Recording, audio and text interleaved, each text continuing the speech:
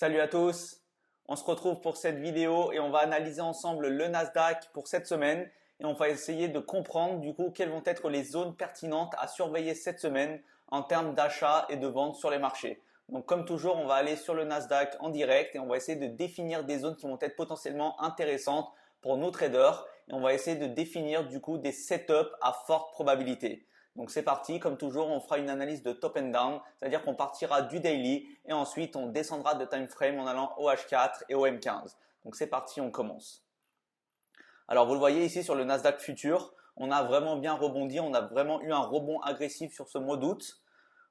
Et ce qui est intéressant du coup, c'est de définir des zones qui vont être potentiellement intéressantes à surveiller à l'achat et à la vente. Donc dans un premier temps, ici vous le voyez, on a cette supply zone, donc la dernière bougie haussière avant le momentum baissier. Donc là, pour l'instant, cette supply zone daily fonctionne très bien. Elle bloque le marché et on voit que le marché, du coup, n'arrive pas à passer cette zone. Donc, ce qui va être intéressant, c'est du coup de définir cette semaine si on va avoir un break de cette zone ou bien si on va du coup continuer de retracer et enfoncer les plus bas. Donc là, vous le voyez, on est en supply zone daily à ce niveau-là. Vous le voyez à ce niveau-là, ça réagit plutôt très bien. On a eu une touche aux alentours des 20 000 et ensuite on a eu une correction jusqu'aux 19 179. Donc on a perdu carrément plus de 800 points à partir de cette supply zone daily. Ensuite, ce qui va être intéressant, c'est de définir une nouvelle supply si jamais elle se fait breaker. Et on a cette fois-ci cette supply zone qui peut être intéressante à ce niveau-là. Donc dernière bougie haussière avant le momentum baissier qui a breaké le précédent Shosh, précédent BOS. Donc là, on a bien un change of character. Donc on a une supply zone daily qui est valide. Et ce qui est intéressant, c'est que si en plus on utilise un Fibonacci, ça va nous donner des potentiels rebonds intéressants. Là, vous le voyez, on est pour l'instant en train de rebondir sur les 70,5 de Fibo. Donc, on est sur les 70% de Fibonacci qui représentent une OTE, Optimal Trade Entry. Donc, c'est potentiellement une entrée la plus pertinente possible en ce qui concerne les retracements de Fibonacci. Et vous voyez, ici, on a également les 79% avec à ce niveau-là de la FVG, donc de la Fair Value Gap. Je vais vous le noter en jaune à ce niveau-là. Donc là, vous le voyez, le marché va pouvoir tout à fait breaker cette zone pour aller chercher potentiellement la FVG et la supply zone daily avant de repartir potentiellement à la baisse. Et on a également ici dernière bougie baissière avant le très fort momentum haussier de ce mois d'août qui a breaké le précédent high qui était protégé. Et donc là, en daily, on a une demand zone daily en bleu. Donc là, vous le voyez, on a défini nos zones qui sont pertinentes et qui sont vraiment à surveiller d'un point de vue du trading. Et ce qui va être intéressant, par exemple, c'est que là, si on essaye de définir les potentiels scénarios, alors ici, on va pouvoir peut-être breaker la supply zone, aller chercher de la liquidité dans la FVG, prendre appui, par exemple, sur les 79% ou bien à l'intersection de notre FVG daily et de notre supply zone daily. Pourquoi pas ici? Et en fonction ensuite du momentum et bien sûr de l'aspect fondamental des marchés, on va pouvoir potentiellement retracer à la baisse. Donc ça peut être également un scénario. Ensuite, si on est dans un scénario plutôt haussier, alors là, on va pouvoir potentiellement breaker cette première zone de supply, FVG. Ici, cette zone de supply qui faisait office de résistance va devenir potentiellement un support qui va donner du momentum au marché et aux investisseurs pour aller breaker les précédents plus hauts et en l'occurrence ici le Nasdaq, le précédent plus haut à quasiment 21 000 points. Donc là, ça peut être également un autre scénario. Et si maintenant on utilise plutôt le billet haussier mais avec un retracement, donc là ce qui est intéressant c'est qu'on va potentiellement pouvoir utiliser Fibo à ce niveau-là. Et là vous le voyez, notre demand zone daily qui est plutôt très grosse, vous le voyez, elle est très étendue. Elle part de 17 700 à 18 500, donc plus de 800 points. Donc, ce qui va être intéressant, bien sûr, c'est ensuite de descendre de time frame pour essayer d'affiner au maximum nos différentes zones pour avoir des zones les plus détaillées et les plus pertinentes possibles. Et vous le voyez, à ce niveau-là, ça correspond aux 61,8 de Fibo, les 70,5, 79. Donc, en fait, notre demand zone daily correspond parfaitement à notre sweet spot area des retracements de Fibonacci. Et donc là, si on a potentiellement un retracement profond, on peut tout à fait s'appuyer sur les 61,8 avant de repartir. Ça peut être un scénario. On peut tout à fait venir chercher, pourquoi pas, par exemple, les 50% de l'order block qui doit se situer aux alentours des 70 de Fibo ici avant de repartir. Ou bien, si là, on essaye d'avoir vraiment un retracement profond de l'actif, donc ici en l'occurrence le Nasdaq, on peut tout à fait venir récupérer les 79, voire même la borne maximale de notre Demand Zone Daily. Donc là, retracement profond. Et là, on ira chercher ensuite les plus hauts et le précédent ATH qui est le All-Time High. Donc là, vous le voyez, on a une très belle analyse en daily. Maintenant, on va essayer de descendre de time frame. On va aller en H4 pour affiner toutes ces différentes analyses. Donc là, vous le voyez, on va pouvoir affiner ceci. Là, on est dans notre supply zone daily. Donc à ce niveau-là, la dernière bougie haussière avant le momentum ici qui a breaké en H4. Vous le voyez. Donc là, cette fois-ci, on n'est plus en supply zone daily, mais on passe en supply zone H4. On l'affine et vous le voyez, du coup, elle diminue. Et forcément, si elle diminue, ça va nous donner du coup une potentielle entrée avec un meilleur ratio de risk-reward parce qu'on aura forcément un stop-loss qui sera plus serré vu que la zone est également plus serrée. Ensuite, ici, vous avez également la FVG. Et ensuite, si on affine du coup notre deuxième supply, vous le voyez, ici, on peut l'affiner. C'est cette dernière bougie ici à ce niveau-là. À ce niveau-là. Dernière bougie haussière avant le momentum baissier qui vient breaker ce niveau-là. Là, on a pas mal de liquidity void.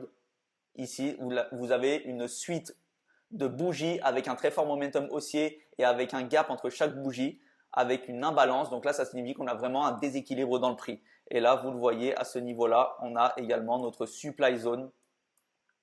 Cette fois-ci, comme la première, on a une supply zone H4. Donc là, ce qui est intéressant, c'est qu'à tout moment, le marché va pouvoir breaker cette supply zone. Vous le voyez, ici, on a très bien rebondi sur notre demand. Donc ici, c'était ce que je vous avais envoyé la semaine dernière. Vous le voyez ici, elle a très bien fait office de support. Là, on avait bien notre demand zone H4. Et on a pour l'instant très bien rebondi à ce niveau-là avec ici la création de Equal High. Vous le voyez à ce niveau-là, vous le notez. Donc là, on a bien, on va dire, des hauts qui sont exactement au même niveau. Donc potentiellement, le marché va aller récupérer la liquidité au-dessus de ces Equal High. Donc ensuite, qu'est-ce que nous avons d'intéressant? Donc ici, on a notre potentiellement ici une demand zone et on en a également une ici. Je vais vous le noter à ce niveau-là. Donc potentiellement, ce sont des zones qui peuvent être intéressantes si jamais le marché venait à retracer. Donc à ce niveau-là et également à ce niveau-là. Et maintenant, ce qui est intéressant, c'est qu'on va essayer de comprendre si ça correspond et ça corrobore avec des niveaux de Fibonacci qui peuvent être intéressants en cherchant une potentielle zone de longue. Alors ici, vous le voyez, on va prendre un Fibo à ce niveau-là. Donc là, vous le voyez, notre première demand zone a parfaitement fonctionné la semaine dernière. On a eu un net rejet. Les acheteurs se sont montrés vraiment présents sur ces niveaux et ensuite, on est vraiment reparti. Donc, on est vraiment passé de 19 120 aux alentours des 19 700. Donc, vous voyez, on a pris plus de 500 points. Et ce qui est intéressant, regardez ici, c'est que cette demand zone H4, la suivante, correspond à un niveau de 50% de Fibonacci. Donc là, ça peut être vraiment intéressant. On va pouvoir potentiellement avoir un rebond si jamais le marché retrace de plus en plus. Si par exemple, on a des mauvaises news fondamentales cette semaine, alors on peut aller chercher cette zone de demand aux alentours des 18 600. Et enfin, si on a un retracement plus profond, on va pouvoir aller chercher la zone à ce niveau-là des 17 900 qui correspond à notre dernière demand zone H4.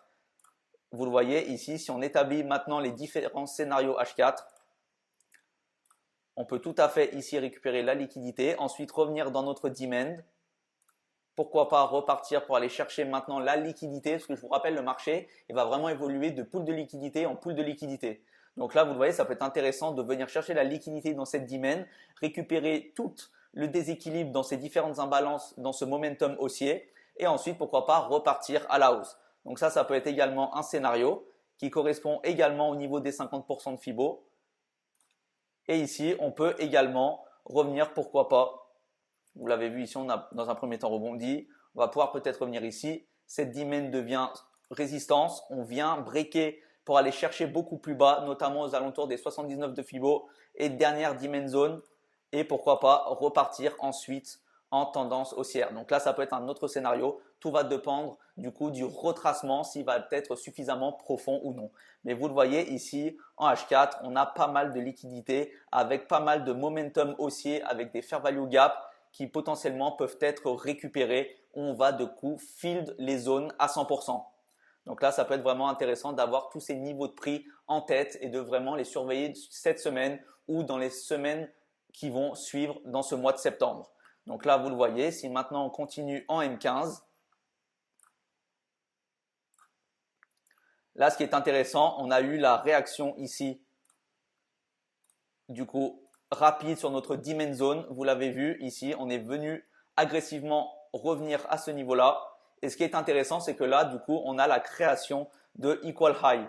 Vous le voyez, ce sont des hauts à ce niveau-là, je vais vous les noter, qui sont sur les mêmes niveaux. Donc potentiellement, on a un niveau de liquidité au-dessus à aller chercher. Vous le voyez, on a un high à ce niveau-là, un ici,